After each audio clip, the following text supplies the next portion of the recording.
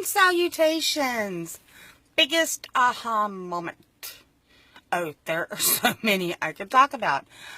But I'm going to take this one more to the serious route. Well, as serious as I ever get.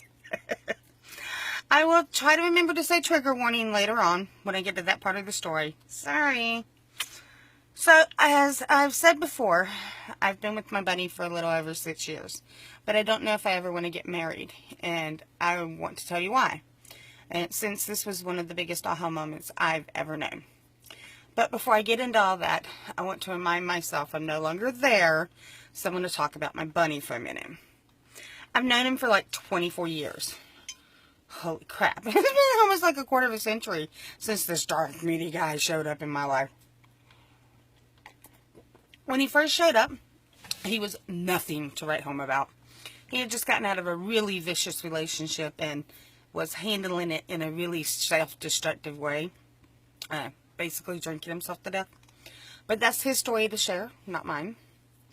And I'm glad to report that about 15 years ago, he got sober. Like completely, totally, borderline, straight edge sober.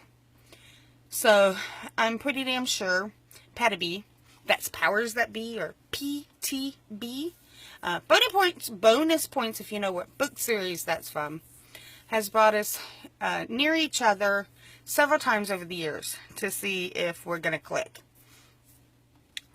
Or stick this time. We were really close between like 1992 to 94 because he was my flavor of the year's best friend. And for a while we all lived together. Then we were out of contact for several years. And then around 97 we literally ran into each other at a local flea market. Started hanging out for a few weeks, but I was packing up to move to Florida to assist my grandparents. So, didn't work that time. I came home about 2 years later because my mom got really sick. And then I took time out one night and went to the county fair and literally ran into him there. But I wasn't ready to date, and he was chatting up some other girl. So, yeah. In the early stages of 2000... basically after I married the frog, and I call him the frog because no matter how much I kissed him, he never turned into the damn prince. So, and he's the real subject of the video, the vlog. But I ramble so much. Sorry. We bumped into each other at several events in the early 2000s. Concert, a craft fair, a couple of the downtown events. Just random cosmic moments. We reconnected in 2011, right before my divorce was finalized, and we've been together ever since. Now we're engaged. See, I got a ring. But I don't know if I will ever really want to take a walk down that aisle again. It's not because I don't love him. It's not because I love him. It's not because I don't love him, but to be honest, I'm kind of scared to. Domestic violence trigger warning, even though I'm not going into a lot of detail. When the frog and I started dating in late 99, and looking back, it wasn't the best of relationships. But at the time, I felt like a true Disney princess who had found her prince. And, well, I guess that's kind of true because Cinderella, pre-prince, was still a Disney princess, right?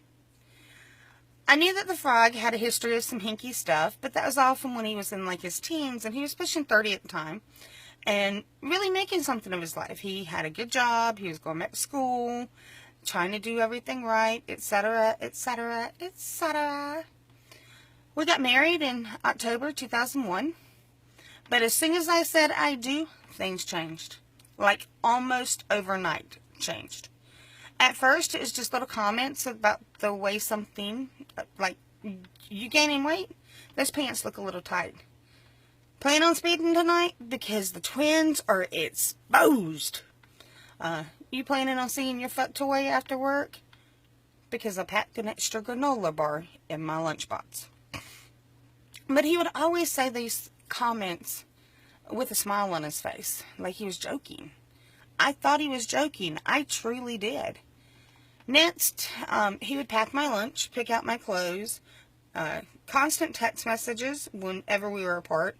And FYI, we worked 2 different shifts, so we were almost always apart. And I'm certain you all heard what happens next, right? Yeah, he hit me. And surprise, surprise, I thought it was my fault. I had said something and he just lashed out. He followed that playbook play by play.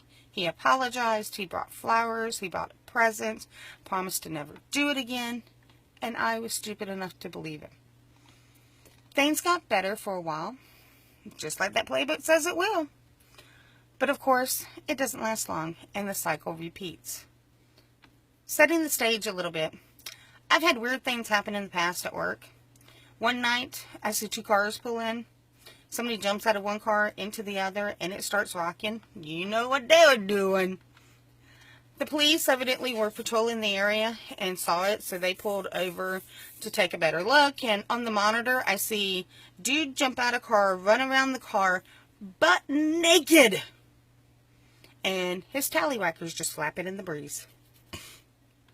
Another night, really wasted, and I do mean really wasted GI, must have thought he was across the street at the bar, because he stood at the front door and pushing and a pulling, and a pushing and a pulling, until he pulled on it so hard he flipped himself over, like literally did a black back flip, and then just laid on the ground until one of his buddies realized he had left the bar.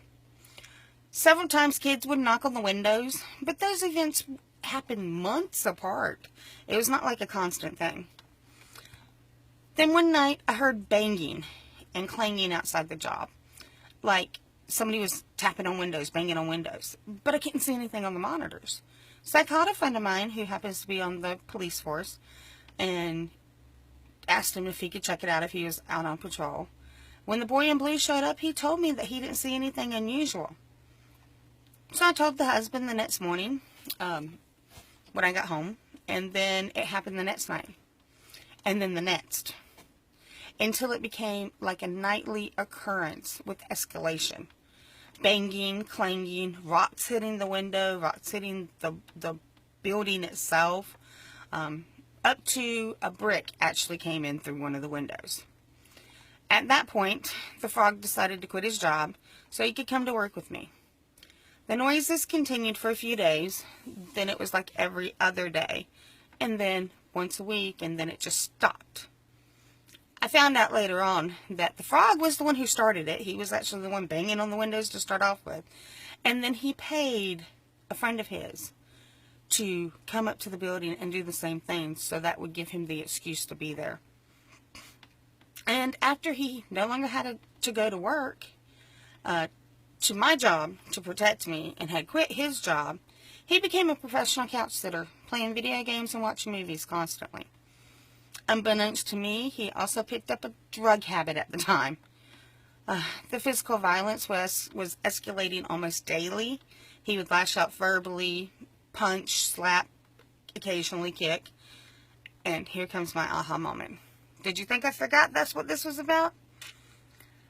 So, I have PCOS, polycystic ovarian syndrome, and on July 27th, during a routine PAP, I mentioned to my doctor that I was experiencing mild vaginal bleeding after sex, so he sent me literally next door to get a vaginal ultrasound, which showed an extremely large cyst on my right ovary that needed to be monitored. From his reaction and the reaction of the tech, I'm pretty sure they both thought it was going to be like majorly cancerous.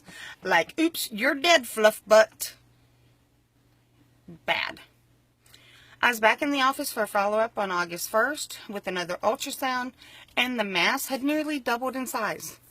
So my ass was prepping for surgery by the 5th of August. Literally not even 2 weeks after we first found out about the cyst. It was supposed to be a simple thing. Hospital 6 a.m., surgery starts at 7, home by 4. My doctor swore to me this is how it was going to go. Yeah, okay. I ended up in the hospital for 4 days. And that's when my aha moment took place. When they wheeled me, still majorly mush-brained after anesthesiology, into the actual room, the recovery nurse, Jason, hands me a little black box and says, "Girl, keep this near you. This is your new best friend. Name it. Hold it. And when you start feeling pain, just push the button." So I'm laid up in the hospital room. My parents, both of my parents are there. 2 aunts, my sister, my nephew, but no husband. And I had my dad call him, no answer. When he finally shows up, no explanation for why he wasn't there. I started feeling pain, so I'm trying to find Bob. And I'm looking all over the bed. Instead of being helpful, Frog got all angry and ranty about Bob being in the bed with me like it was a person. And aha moment. He hit my stomach right where I just had surgery. He claimed it was accidental. But I saw his eyes. And that, my loves, is the aha moment. I knew we were headed into territory where I would end up maimed or killed if I stayed with him, because that look while I was drugged showed how much he loved to hurt me and how he would do it again and again. And he has, just not with me.